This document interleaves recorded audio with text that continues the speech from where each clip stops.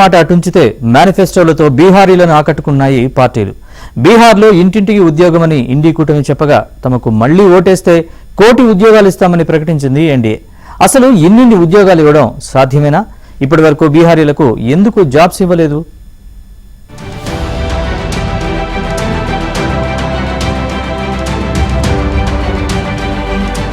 Bihar assembly ఎన్నికల polling మరికొన్ని రోజుల్లో జరగనుంది. దీంతో ప్రధాన రాజకీయ పార్టీలు ప్రచార జోరు పెంచాయి. ఓటర్లను ఆకట్టుకునేందుకు హామీల వర్షం కురిపిస్తున్నాయి. తాజాగా బీహార్ అధికార ఎన్డీఏ కూటమి ఎన్నికల మేనిఫెస్టోను విడుదల చేసింది. వలస కార్మికులను ఆకట్టుకునేలా రాష్ట్రంలో 1 కోటి ప్రభుత్వ ఉద్యోగాలు సృష్టిస్తామని హామీ ఇచ్చింది. బీజేపీ జాతీయ అధ్యక్షుడు జేపీ నడ్డా, బీహార్ ముఖ్యమంత్రి నితీష్ కుమార్ ఈ మేనిఫెస్టోను విడుదల చేశారు.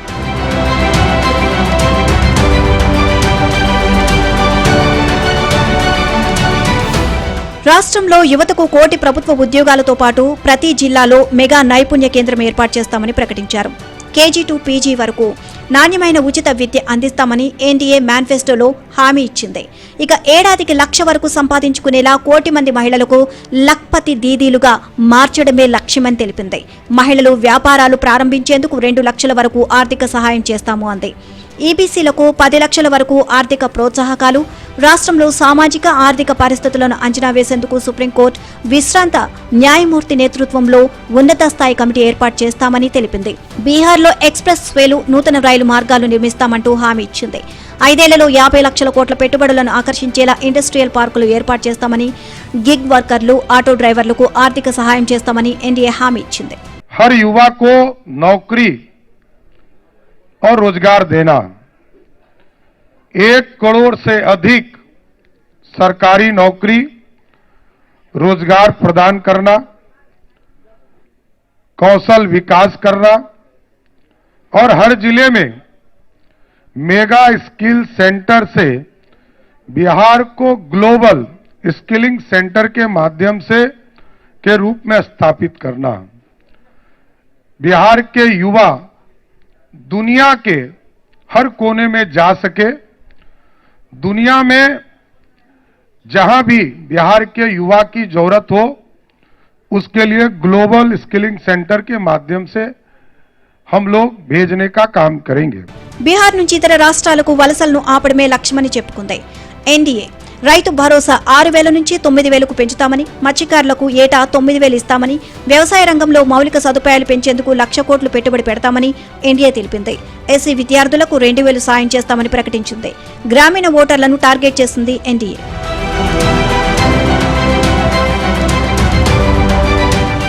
అటు ఇండి కూటమి అంతకు మించి అన్నట్లు మేనిఫెస్టో విడుదల చేసింది. రాష్ట్రంలో ప్రతి కుటుంబానికి ఒక ప్రభుత్వ ఉద్యోగం కల్పిస్తామని తేజస్వి యాదవ్ నేతృత్వంలోని కూటమి హామీ ఇచ్చింది.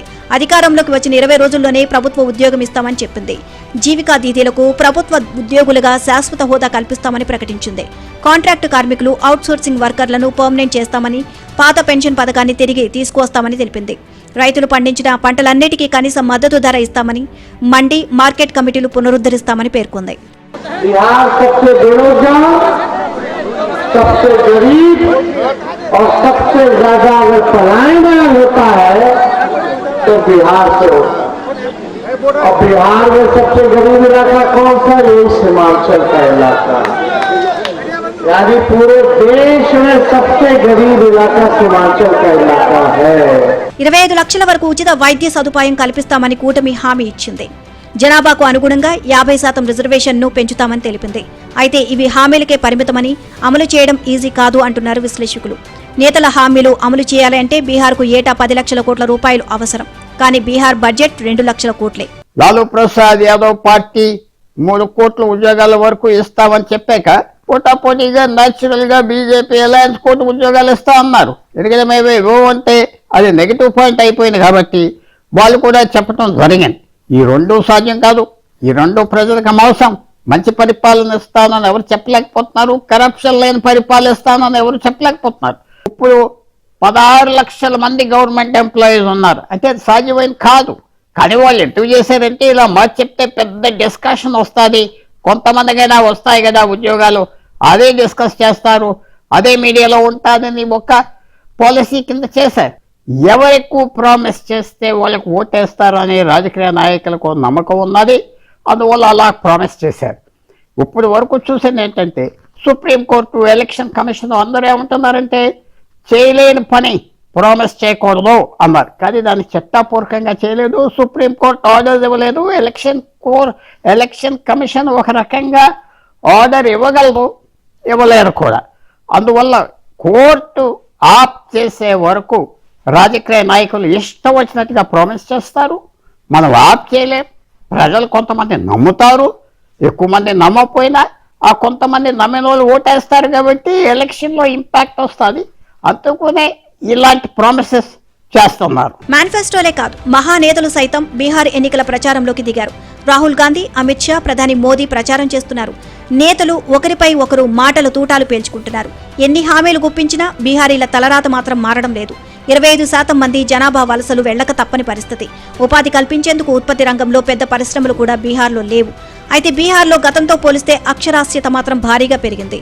తరచూ అతివృష్టి, అనావృష్టితో రైతులు వ్యవసాయానికి దూరమవుతున్నారు.